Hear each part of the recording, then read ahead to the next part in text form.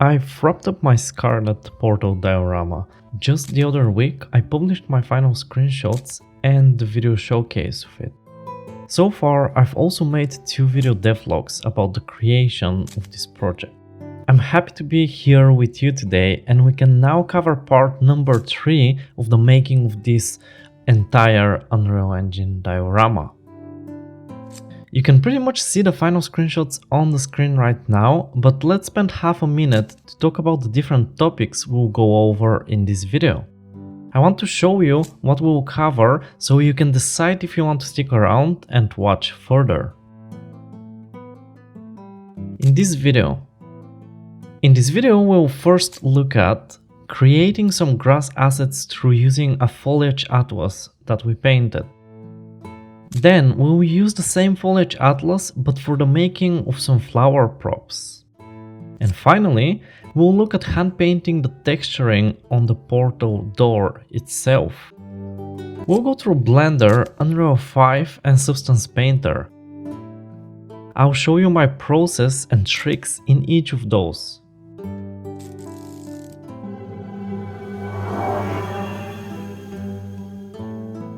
I have my Gothic flowers and I have Mary Shelley. Give me inspiration for this video and this art. Okay, that was a bit. For my grass assets, I have painted some grass blades inside of Procreate. We looked at that in the previous video, so if you want to learn more, now is the time to head back to it. I didn't go for anything specific as a goal. The only rule I followed with the first blade of grass was to try something bulky and more interesting in silhouette. That's why I tried the ones seen on the screen right now, with a bit more blobby tops. I hadn't quite colored them at first, but now I want to go back and try some color hues as well. Inside of Blender, I bend the 3D cards and then I put them inside of Unreal 5 to scatter around as a foliage prop.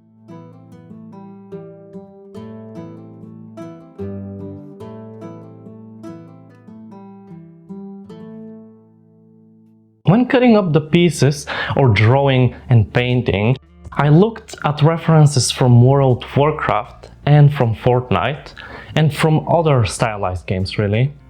On the screen you can see some Fortnite and some WoW that goes right now.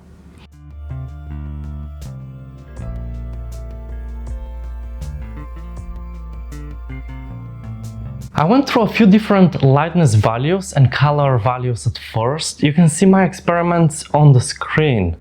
With each step I came closer to a neutral color that blended well with the textures on the ground and the rest of the scene really. Later on I made a secondary grass silhouette variant to complement my blobby, bulkier current grass. That variant was good old thin grass blades, nothing interesting or no specific characteristic going on. I think that in the end result they lift one another up, creating for a richer and better result that I really enjoy.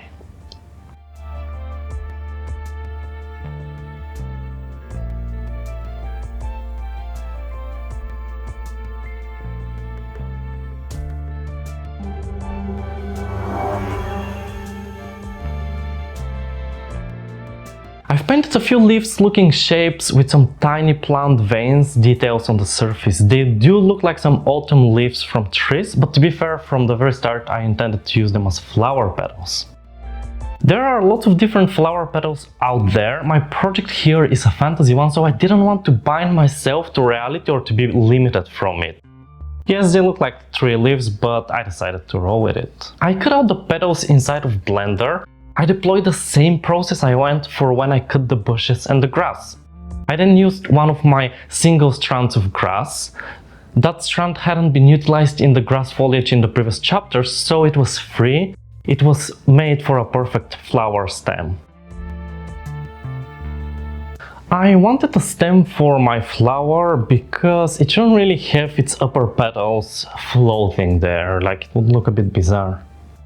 With the stem making my central point, I started by hand to rotate the petals and build up the flower shape that you see around. There are different types of symmetry and mirroring one could go for when creating a flower. Nature has many types depending on the plant species, and they're all beautiful in their own right. I wanted at first, however, to rotate my petals lots of times and make sure that they build up an interesting and bulky silhouette. I have 3 variants of my petal, so I deployed the first 2, rotated many times in the lower part. I also used the knife tool to give extra lines and build extra topology in the middle of each petal. I then took by hand some of these points on the card and I moved them up and down in space, while also deploying a soft selection option in Blender. That allowed me to turn the 2D planes into something looking a bit more dimensional, more 3D than just flat. The first draft of my flower looked like this, and trying it in engine, it looked like this. I admit, not very impressive, it looks like a crumbled piece of origami paper. It's way too busy. I overdid the spinning of the cards, I overdid adding dimension to the individual cards, I really overdid everything. The result is visually busy and it doesn't really fit my scene aesthetic at all. It's time for attempt number 2. Here I was more conservative and a bit more gentle with the spinning of the 2D cards. I went for a star shape, why not? Here is how it looks in engine. It was getting better, but it was still not exactly what I wanted. I continue to explore and have fun with the configuration of petals and the flower. I'm thinking that manipulating the vertices of my 2D cards up and down ends up with a bit of a jagged looking appearance, even when I've made sure to put smoothing all on the faces, on the normals.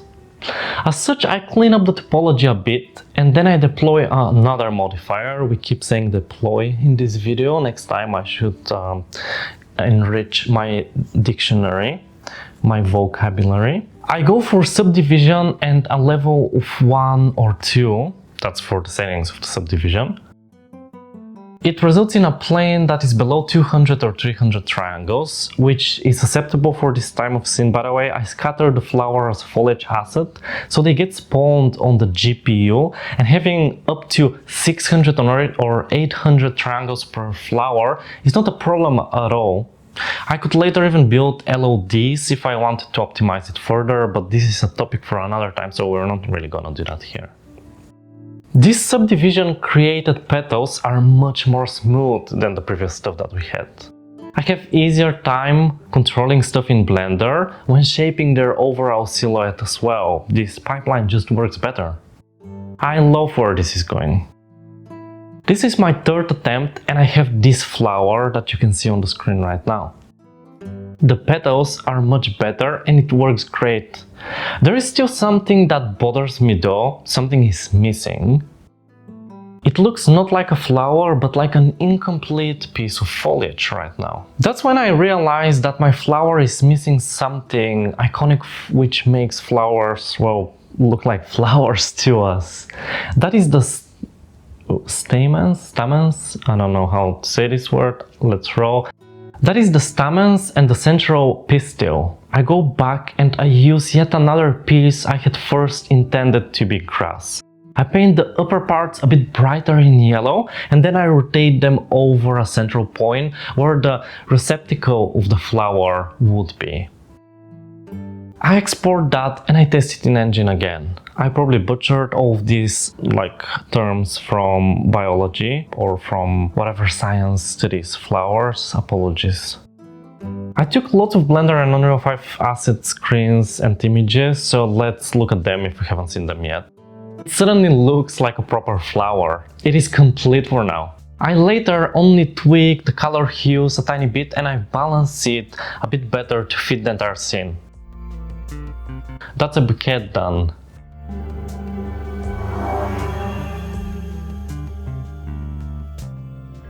After I'm done with the grass, for now of course, because let's be real, I will go back to it and do more tweaks and make it a bit more dense later on.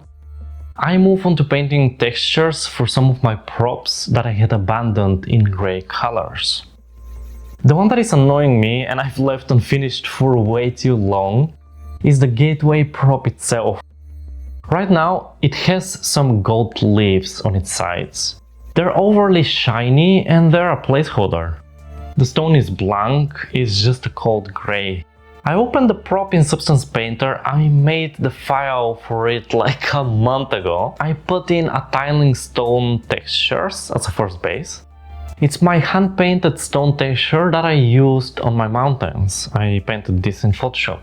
On top, I start to hand paint details and give the stone surfaces some cracks and some intricate flowing lines. After I get some cracks that I like, I start to give them highlights. With each new introduction of color and shapes, I export to Unreal to preview and to make sure that I'm doing something that actually works. I don't want to be going in blind. With having seen it in there in Unreal 5, I decide that I need to tweak some of the highlights to be less powerful really. While some of the darks can actually be turned up a little bit to be darker. My initial stone breaks are a bit too wide as well, the shapes of them, so I try to give it a pass of making them all a tiny bit thinner, more gentle really. Stone being polished to a nice level, I move on to the golden leaves and I start to hand paint some gold shine on top. I think the best way to observe all of this is to look at this small time lapse on the screen right now. The colors that I picked and I liked for the gold, I tested on the red lamps on the sides as well. Those I will work on further next, but I think we will have to look into that next time. As always, it was really fun to show you all of this. I hope you really enjoyed it. Make sure to like and drop some comments below. Comments help especially as they boost this video upwards in the algorithm. I also genuinely want to hear from you and to hear how you are finding the art and the videos so far. I've not received many comments in my past videos at all, so please feel free to drop some here. It really will make my day. Thank you very much for watching. Until next time.